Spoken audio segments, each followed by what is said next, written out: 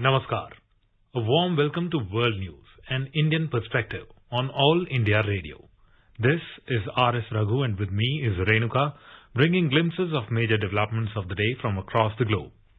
Over the next half an hour, we shall bring you the latest from the world of politics, economy, sports, entertainment and more. The headlines. United States expels 10 Russian diplomats and imposes new round of sanctions. Russia says it will respond to U.S. sanctions. Summons U.S. envoy. U.S. Secretary of State Antony Blinken flies to Afghanistan in show of support after President Joe Biden's pull-out announcement. Drugs Controller General of India to take decisions on usage of foreign COVID-19 vaccines within 3 days of their application. Weekend curfew to be imposed in Delhi city to contain spread of COVID-19. Indian Defence Minister Rajnath Singh asks Indian Air Force to draw up long-term strategies to counter future threats. 8 Pakistani nationals apprehended within Indian waters off Jakhau coast in Gujarat. And in IPL cricket, Delhi Capitals set a target of 148 runs for Rajasthan Royals in Mumbai.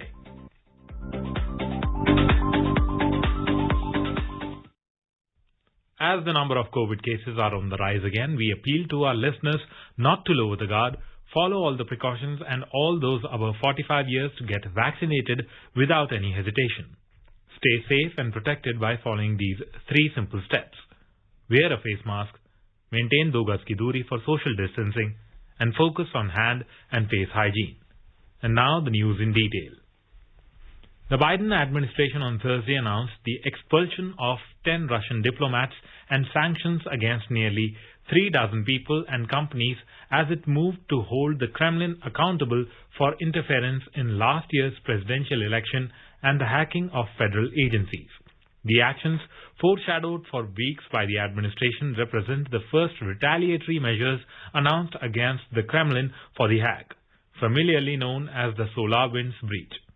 In that intrusion, Russian hackers are believed to have infected widely used software with malicious code enabling them to access the networks of at least 9 agencies in what U.S. officials believe was an intelligence gathering operation aimed at mining government secrets. Besides that hack, U.S. officials last month alleged that Russian President Vladimir Putin authorized influence operations to help Donald Trump in his unsuccessful bid for re-election as president. Though there is no evidence Russia or anyone else changed votes or manipulated the outcomes. The measures announced on Thursday include sanctions on 6 Russian companies that support the country's cyber activities, in addition to sanctions on 32 individuals and entities accused of attempting to interfere in last year's presidential election, including by spreading disinformation. The 10 diplomats being expelled include representatives of Russian intelligence services, said the White House. The White House also said that Biden was using diplomatic, military and intelligence channels to respond to reports that Russia encouraged the Taliban to attack U.S. and allied troops in Afghanistan based on the best assessments of the intelligence community. Meanwhile, Russia's foreign ministry has said that Moscow would respond to new U.S. sanctions, and they called in Washington's ambassador in Moscow for tough talks. U.S. President Joe Biden on Thursday authorized his government to sanction any sector of the Russian economy, including moves that may restrict Russia's ability to issue sovereign debt, to punish Moscow for interfering in the 2020 U.S. election, the allegation that Russia denies. U.S. Secretary of State Antony Blinken flew to Kabul on Thursday, a day after attending a NATO meeting in Brussels to show support following the announcement of the withdrawal of U.S. and other foreign troops from Afghanistan from 1st of May. Blinken went to the U.S. Embassy in Kabul, where he met U.S. soldiers, and to the Presidential Palace, where he met Afghan President Ashraf Ghani. He also met other senior Afghan officials. U.S. President Joe Biden said on Wednesday U.S. troops will be withdrawn from Afghanistan starting May 1st to end America's longest war, rejecting calls for them to stay to ensure a peaceful resolution to that nation's grinding internal conflict. Foreign troops under NATO command will also withdraw from Afghanistan in coordination with the U.S. pullout, NATO allies agreed. The withdrawal of foreign troops will be completed by September 11th. NATO Secretary General Jens Stoltenberg has said that withdrawing troops from Afghanistan is not a risk-free decision, but the alternative would be an open-ended military presence to withstand growing Taliban violence. He said that this is not an easy decision and it entails risks. He said alternative to leaving in an orderly fashion is to be prepared for a long-term, open-ended military commitment with potentially more NATO troops. Stoltenberg was speaking at a joint press conference on Wednesday with U.S. State Secretary Anthony Blinken and Pentagon Chief Lloyd Austin. Austin said the United States will respond forcefully to any Taliban attack against U.S. forces and allies during their withdrawal from Afghanistan. He further said there is still too much violence in Afghanistan and the Taliban is expected to try to reserve some progress made in the country over the last nearly 20 years.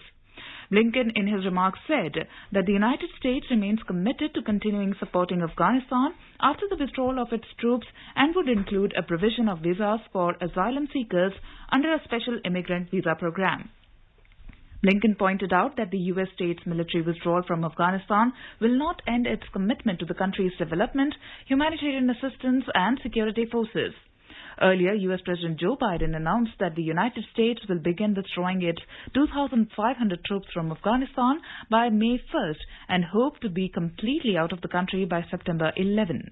After consulting closely with our allies and partners, with our military leaders and intelligence personnel, with our diplomats and our development experts, with the Congress and the Vice President, as well as with Mr. Ghani and many others around the world, I've concluded that it's time to end America's longest war. It's time for American troops to come home. The plan has long been in together, out together. U.S. troops, as well as forces deployed by our NATO allies and operational partners, will be out of Afghanistan before we mark the 20th anniversary of that heinous attack on September 11th. Australia has announced on Thursday that it will withdraw all remaining troops from Afghanistan by September this year. The decision was announced by Australian Prime Minister Scott Morrison. This comes after Biden announced on Wednesday that he will begin withdrawing U.S. troops from Afghanistan on May 1st to end America's longest war. Australia currently has around 80 personnel deployed in Afghanistan. The new announcement marks the end of Australia's troops' involvement in the Afghan conflict, which began when U.S. forces launched their military offensive in response to the 11th September 2001 terror attacks. More than 39,000 Australians were deployed and 41 of them were killed during the decade-long conflict. This is All India Radio giving you the world news. 3 steps to stay protected and stay safe from COVID-19. Wear face mask, 2 gaz ki duri to maintain social distancing, maintain hand and face hygiene. India's central drug regulator, Drugs Controller General of India, DCGI, will now take decisions on usage of foreign COVID vaccines in the country within 3 days of their application. The centre on Thursday informed this, along with issuing regulatory pathway for emergency use authorization of COVID-19 vaccines approved by US FDA, EMA, UK MHRA, PMDA Japan, or are listed in WHO emergency use listing. The government had earlier on Tuesday approved a significant fast-tracking system for quicker access to foreign COVID-19 vaccines. Central Drugs Standard Control Organization, CDSCO, in its latest regulatory pathway for granting emergency approval to foreign COVID vaccines has said that such applications will be processed and decision will be taken by DCGI within 3 working days from the date of submission of complete application by the applicant company or pharma organization. However, it added the permission for restricted use in emergency situation would be granted with the condition that vaccines will be used in the country as per the guidelines prescribed under National COVID-19 Vaccination Program. The CDSCO has said that the first 100 beneficiaries of such vaccines will be assessed for 7 days for safety outcomes before the vaccine is rolled out for further vaccination program. It also said that the applicant company shall initiate conduct of post-approval bridging clinical trials within 30 days of approval granted to them. The DCGI will review the permission granted for restricted use of the vaccines after receipt of the bridging trial results. Amid rising cases of COVID-19, the weekend curfew has been imposed in India's national capital, Delhi. It will be effective from 10 p.m. on Friday till 5 a.m. on Monday. Delhi Chief Minister Arvind Kejriwal made the announcement while briefing media on Thursday. However, during the weekend curfew, movement of persons for marriage-related gatherings up to 50 persons and funeral-related gatherings up to 20 persons will continue to be allowed. Earlier, a 7-hour night curfew from 10 p.m. to 5 a.m. was imposed in Delhi, which will remain there on the weekdays till 30th of April. Malls, gymnasiums, spas will remain completely closed in the city, whereas cinema halls have been directed to function at 30% of their capacity till 30th of this month. Only one weekly market per day per zone in all three municipal corporations, New Delhi Municipal Council and Delhi Cantonment Board will be allowed to open with the strict compliance of COVID guidelines.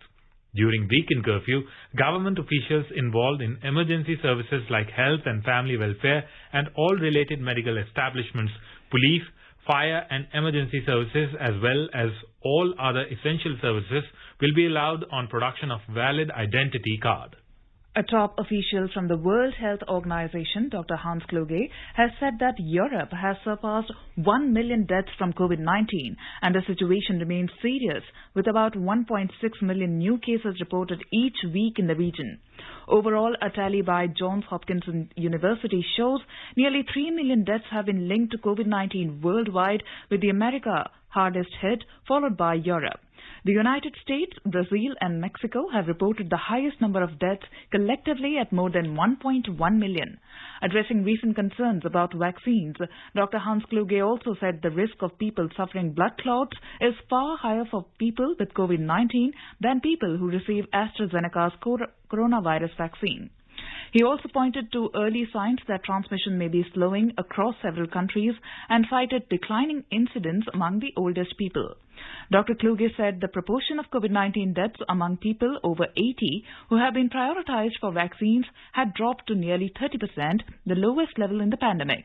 For now, the risk of suffering blood clots is much higher for someone with COVID-19 than for someone who has taken the AstraZeneca vaccine, informed Dr. Kluge. He, however, added that let there be no doubt about the effectiveness of AstraZeneca vaccine in reducing COVID-19 hospitalization and preventing deaths, and WHO recommends its use for all eligible adults. The COVID-19 death toll in Bangladesh crossed 10,000, with 84 deaths being reported on Thursday.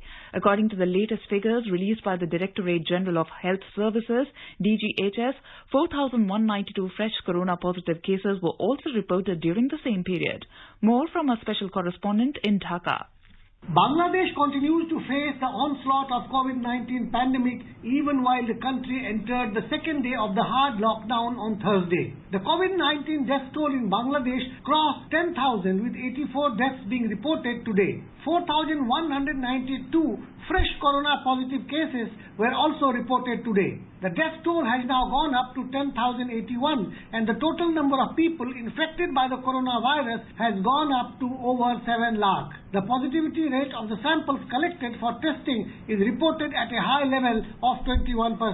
Meanwhile, the second day of the 8-day-long countrywide hard lockdown was being enforced across the country strictly. In Dhaka city, the roads had few vehicles and all modes of public transport, including buses, trains, railways, waterways and flights were suspended. However, compared to day one of the lockdown, the number of vehicles on the road was more today. People used rickshaws for commuting short distances in the city in case of urgent needs.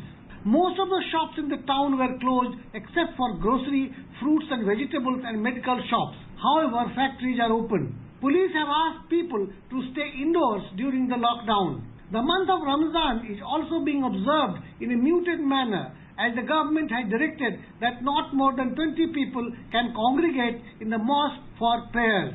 Other towns and cities of Bangladesh are also observing lockdown with heavy police presence in some places to enforce the restrictions. The High Commission of India on Wednesday announced that it is temporarily suspending the visa operations in Bangladesh in view of the lockdown implemented by the government of Bangladesh from April 14. Visa operations in Bangladesh had resumed in October last year after remaining closed for more than 6 months since COVID pandemic hit Bangladesh in March last year. Rajesh Jha for All India Radio News, Dhaka. This is All India Radio giving you the world news. Indian Defence Minister Rajnath Singh has asked Indian Air Force to draw up long-term plans and strategies for capability enhancement to counter future threats. Mr. Singh congratulated Indian Air Force for ensuring a timely and befitting response to the sudden developments in eastern Ladakh. Addressing the biannual IAF Commanders Conference in New Delhi on Thursday, he appreciated the critical focus of IAF towards reorienting for the future. Referring to changing international geopolitics, the minister observed that the perceptible shift of focus from transatlantic to trans-Pacific has become more obvious in the recent past. He added that changing dimensions of war will now include advanced technologies, asymmetric capabilities and info-dominance, and it is very important that the IAF's preparations for the future must include these aspects. He also stressed on the need to promote Atmanirbharta in defense infrastructure. The minister added that the IAF's order for light combat aircraft will result in substantial boost to the domestic defense industry. He urged the commanders to continue their efforts for achieving even greater results in the fields of indigenous defense production and aircraft maintenance. The defense minister also assured the IAF commanders of the wholehearted support from the government in achieving the goal of being a potent strategic aerospace force. Mr. Singh expressed confidence that important decisions taken during the conference would enhance the combat potential of the IAF. In Gujarat, the Anti-Terror Squad ATS of State Police and Indian Coast Guard has apprehended 8 Pakistani nationals with a Pakistani boat with Indian water territory of Jakhau Coast. In a joint operation, the ATS and Coast Guard have also seized 30 kg of heroin worth 150 crore rupees in the international market. Operation was carried out following the information received by the ATS and Special Operation Group SOG of Devbhoomi Dwarka District Police regarding ferry of drug consignment. As the area was under the Coast Guard jurisdiction, the operation was executed jointly. Haitian Prime Minister Joseph Jout has resigned as the country faces a spike in killings and kidnappings and prepares for an upcoming constitutional referendum and general election later this year. He has served as a Prime Minister since March 2020. He did not give an explanation for his resignation on Wednesday. Jout previously had tried to submit his resignation, but President Jovenel Moise at the time had rejected it. This time, Moise accepted it and nominated Claude Joseph as Haiti's new Prime Minister. The President tweeted that Jout's resignation will make it possible to address the glaring problem of insecurity and continue discussions with the aim of reaching the consensus necessary for the political and institutional stability of the country. Haiti has seen 8 Prime Ministers since 2015. Domestic benchmark indices today inched higher about 0.5% in a volatile trade amid mixed global cues. The Sensex at Bombay Stock Exchange closed above 48,800 mark, while the Nifty at National Stock Exchange settled nearly 14,600 level. The rupee appreciated 45 paise to a 9-month high against the US dollar. A report from the Business World. The Sensex gained 260 points or 0.5% to end at 48,804. The Nifty also appreciated 77 points or 0.5% to close at 14,581. In the Sensex pack, shares of 17 out of 30 companies gained, while in BSE sectoral indices, all sectors ended higher except auto, realty, FMCG and consumer goods. In the global equity market, Asian stocks ended mixed. China's Shanghai Composite Index dipped 0.5%, Hong Kong's Hang Seng fell 0.3%, but Japan's Nikkei 225 gained 0.1%. South Korea's Kospi Index rose 0.4%, and Singapore's Straits Times Index rose 0.2%. Back home, gold prices gained 247 rupees per 10 grams at multi-commodity exchange for June contracts. Gold futures were trading around 46,850 rupees per 10 gram. Silver futures also climbed 412 rupees to trade at around 68,000 rupees per kilogram for May contracts. Oil prices edged lower in intraday trade. The Brent was trading around $66.30 per barrel. And the rupee at the foreign exchange market appreciated 45 paisa to 74 rupees and 92 paisa against the US dollar. Anupha Rohabki for World News, All India Radio. In IPL cricket, Delhi Capitals has set a target of 148 runs for Rajasthan Royals in Mumbai. In reply, Rajasthan Royals were 104 for 6 in 15.4 overs when reports last came in. Here is a report from Sports Desk. In Mumbai tonight, Rajasthan Royals skipper Sanju Samson once again got lucky with the coin and rightly asked Rishabh Pant's Delhi Capitals to bat first. Having made 2 changes in the squad by including David Miller for injured Ben Stokes and pacer Jaydev Unadkat for Shreyas Gopal. Delhi also made 2 changes, handing Delhi's off-spinner Lalit Yadav a debut cap to replace experienced campaigner Amit Mishra, while pace sensation Kagiso Rabada ended his quarantine to replace Shimron Hetmyer. Royals faced a narrow defeat against the Punjab Kings 11 by 4 runs despite a blazing knock of 119 by their skipper Sanju Samson on Monday. Whereas Delhi Capitals are not just buoyant by the power hitters like Prithvi Shaw and Shikhar Dhawan, but also by an inspired 7-wicket win over Mahendra Singh Dhoni's Chennai Super Kings. In the Game 6 of the IPL at Chennai's M.A. Chidambaram Stadium last night, left-arm spinner Shahbaz Ahmed of Royal Challengers Bangalore picked up 3 wickets in 1 over to help his team script a sensational 6-run victory over Sunrisers Hyderabad. Chasing a modest target of 149 set up by the RBC, Sunrisers were cruising till Bengal spinner Ahmed came to bowl his second and team's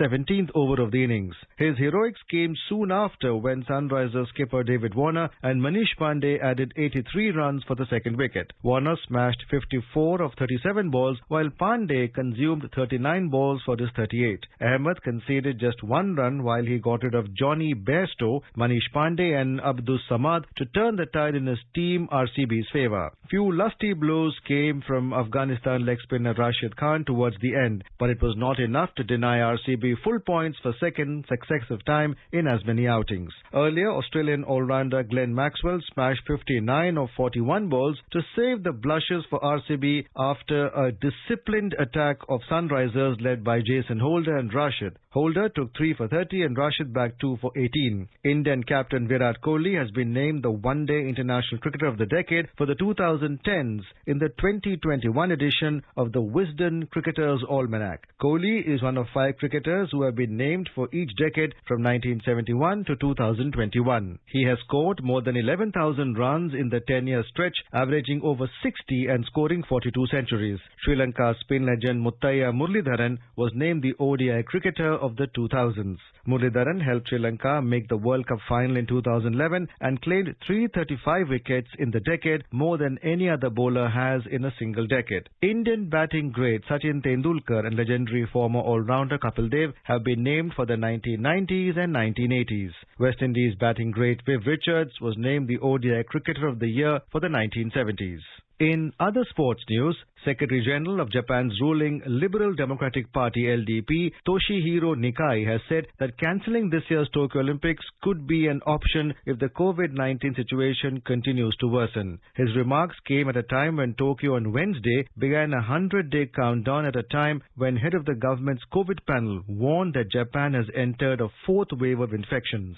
Sunil Chhetri-led Bengaluru FC scored a resounding 5-0 win over Nepal's Tribhuvan Army FC in the AFC Cup preliminary round 2 clash to progress to the playoff round at the GMC Stadium in Goa last evening. All the goals came in the second half, with Brazilian recruit Cleiton Silva and Rahul Bheke scoring a brace each and skipper Chhetri getting his name on the score sheet. 2 goals each in the first and last quarter helped India beat host Argentina 4-2 in the final friendly game in Buenos Aires last evening. Goals from Rupinder Pal Singh and Jaskaran Singh in the first and Shilanand Lakra and Surinder Kumar in the fourth quarter were enough to break Argentina resistance.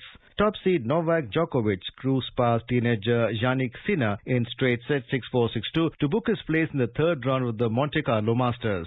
Making his first appearance since winning the Australian Open 2 months back, world number 1 Djokovic needed just over an hour and a half to end the hopes of 19-year-old Sinner. Djokovic will now face Briton Dan Evans, who defeated 13th seed Hubert Hurkacz in straight sets 6-4, 6-1. Third seed Rafael Nadal made quick work of his encounter with qualifier Federico Del Bonis 6-1, 6-2. Defending champion and number 15 seed Fabio Fognini progressed with a 6-3, 6-3 victory over Australia's Jordan Thompson. VC Pramod, Sports Desk for AIR World News. Now let us take a look at the major developments around the world as reported in the foreign press. Washington Post writes that violence unleashed by the security forces in Myanmar prompts residents to head for ancestral villages and face bleak economic prospects. Washington Post also reports that a group of European nations called Iran's plans to increase uranium enrichment to 60% purity regrettable and warned that enrichment at that level using advanced centrifuges had no credible civilian purpose. The New York Times writes that China has been cracking down on Hong Kong. Reporting from the Derek Chain trial, the New writes that perhaps the biggest question of the day is whether Chauvin will testify in his own defense. Wall Street Journal reports that the Biden administration imposed sanctions on 32 entities and individuals over attempts directed by the Russian government to influence the 2020 election. Writing on the worrying trend of growing number of COVID-19 cases around the world, Wall Street Journal writes that the surge is fueled by highly contagious variants of the coronavirus, but scientists say public health measures can control the spread. The Telegraph writes that Prince Charles was visibly moved as he paid an emotional visit to Marlborough House Gardens Friday morning. The Telegraph also writes that a flurry of complaints and cryptocurrency scams has led to the FCA insisting that all British cryptocurrency companies register to assist money laundering monitoring. The Guardian reports that authorities are investigating the death of a New South Wales woman who developed blood clots after COVID vaccination. South China Morning Post reports that Russia has been increasing its military presence along its border with Ukraine, sparking fears of an invasion. The publication also reports that China reveals foreign jail for 11 years and mainland students arrested over Hong Kong protests. The Globe and Mail writes that Tokyo Olympics officials say cancellation still an option. The body is also considering proceeding with the Olympics without fans. A new study by an international team of researchers says Africa's largest coffee-producing nation, Ethiopia, will be producing less specialty coffee and more rather bland-tasting varieties in the future. It said climate change has conflicting impacts on coffee production in Ethiopia. The report published in the journal Scientific Reports is relevant both for the country's millions of smallholder farmers who earn more on specialty coffee than on ordinary coffee around the world. The report from the Potsdam Institute for Climate Impact Research said the area that is suitable for average quality coffee might actually increase gradually until the 2090s. A quick look at the headlines once again. United States expels 10 Russian diplomats and imposes new round of sanctions. Russia says it will respond to the U.S. sanctions. Summons U.S. envoy. U.S. Secretary of State Antony Blinken flies to Afghanistan in show of support after President Joe Biden's pull-out announcement. Drugs Controller General of India to take decisions on usage of foreign COVID-19 vaccines within 3 days of their application. Weekend curfew to be imposed in Delhi city to contain spread of COVID-19. Indian Defence Minister Rajnath Singh asks Indian Air Force to draw up long-term strategies to counter future threats. 8 Pakistani nationals apprehended within Indian waters off Jakhau coast in Gujarat. And in IPL cricket, Delhi Capitals set a target of 148 runs for Rajasthan Royals in Mumbai. India is celebrating the 151st birth anniversary of Mahatma Gandhi. Before we end, let us listen to his favorite bhajan Vaishnav Jan by artists from Sri Lanka. Vaishnav Jan to tene kahiye je peer paraye jaane re par dukh ke upkar kare to ye man abhiman naane re Vaishnav Jan to tene kahiye je peer paraye jaane re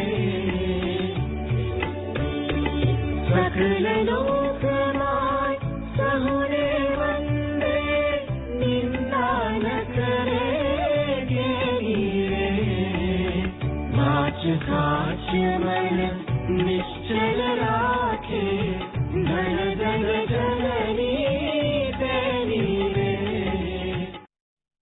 And with that, we end this bulletin. See you at the same time tomorrow with the next edition of World News.